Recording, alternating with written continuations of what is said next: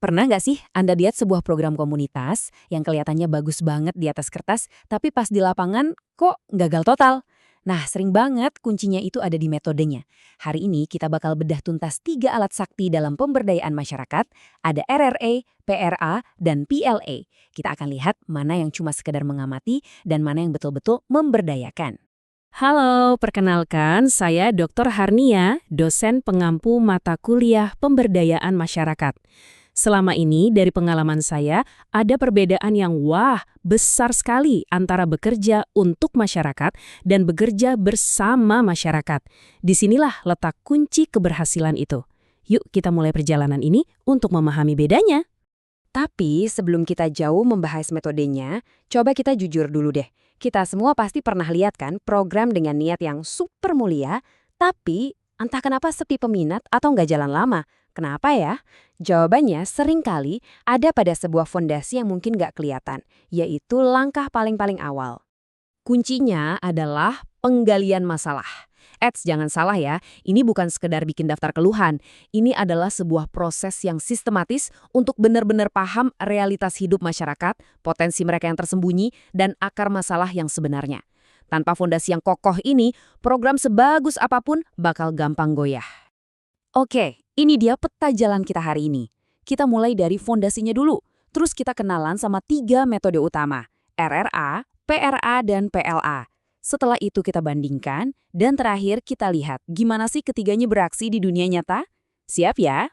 Baik, kita mulai dari bagian pertama yang paling fundamental, penggalian masalah. Anggap saja ini sebagai detak jantung dari setiap upaya pemberdayaan yang berhasil. Penting banget. Jadi, buat apa sih kita repot-repot lakukan ini? Tujuannya itu bukan cuma nyari masalah loh, tapi juga menemukan harta karun yang tersembunyi, yaitu potensi lokal. Kita mau beralih dari asumsi ke fakta, dari cuma lihat gejala ke paham akarnya. Nah, inilah dasar untuk membangun program yang benar-benar nyambung dan dibutuhkan.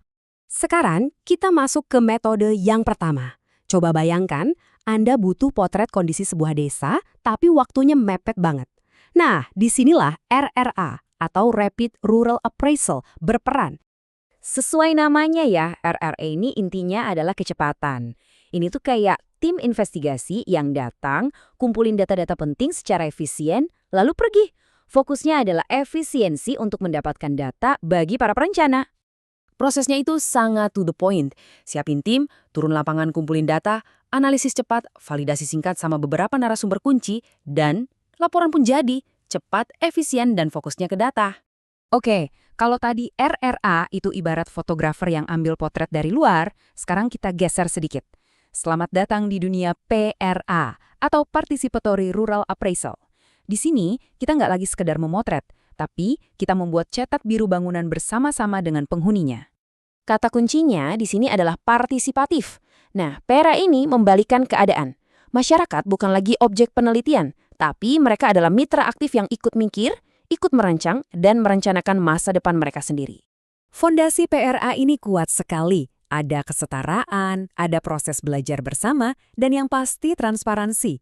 Di sini, fasilitator nggak datang sebagai ahli yang serba tahu, justru lebih sebagai pemandu yang membantu masyarakat mengeluarkan ide dan solusi terbaik dari mereka sendiri.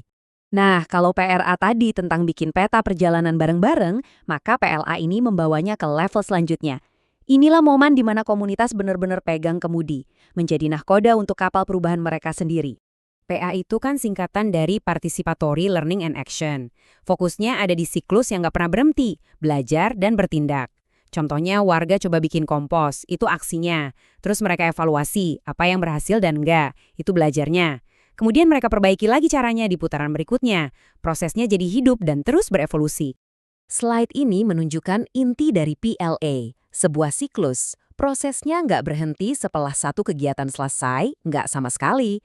Justru evaluasi dan refleksi bersama itu jadi bahan bakar untuk siklus berikutnya, menciptakan spiral perbaikan yang berkelanjutan dari dalam komunitas itu sendiri.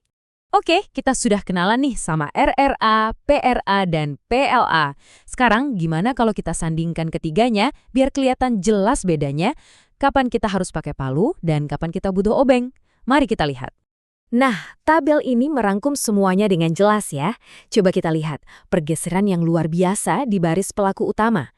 Dari yang awalnya peneliti eksternal di RRA, terus jadi kolaborasi di PRA, sampai akhirnya sepenuhnya dipegang oleh masyarakat di PLA.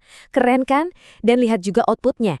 Dari yang tadinya cuma menghasilkan data, berkembang jadi rencana program sampai tujuannya adalah perubahan sosial yang berkelanjutan. Ini dia inti perjalanan pemberdayaan yang sesungguhnya.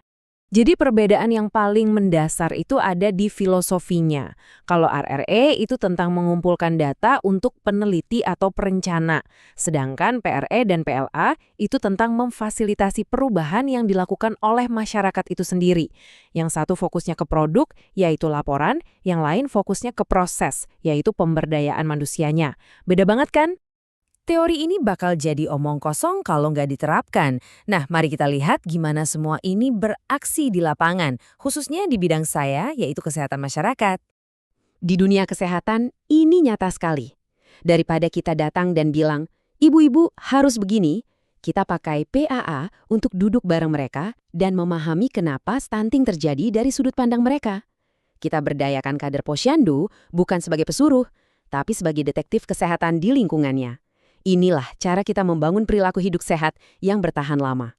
Kutipan ini menurut saya merangkum semuanya dengan sempurna. Saat masyarakat menjadi subjek, aktor utama dalam cerita mereka sendiri, bukan cuma penonton atau objek, maka rasa memiliki dan keberlanjutan program itu akan muncul secara alami. Mereka nggak lagi dikasih program, tapi mereka menciptakan perubahan. Sebagai penutup, saya ingin meninggalkan Anda dengan satu pemikiran ini. Pemberdayaan sejati itu adalah sebuah pergeseran paradigma. Ini bukan tentang kita datang sebagai pahlawan yang bawa solusi, tapi ini tentang menciptakan ruang agar masyarakat bisa menemukan solusinya sendiri. Pertanyaannya, siapkah kita untuk lebih banyak mendengar daripada berbicara? Terima kasih.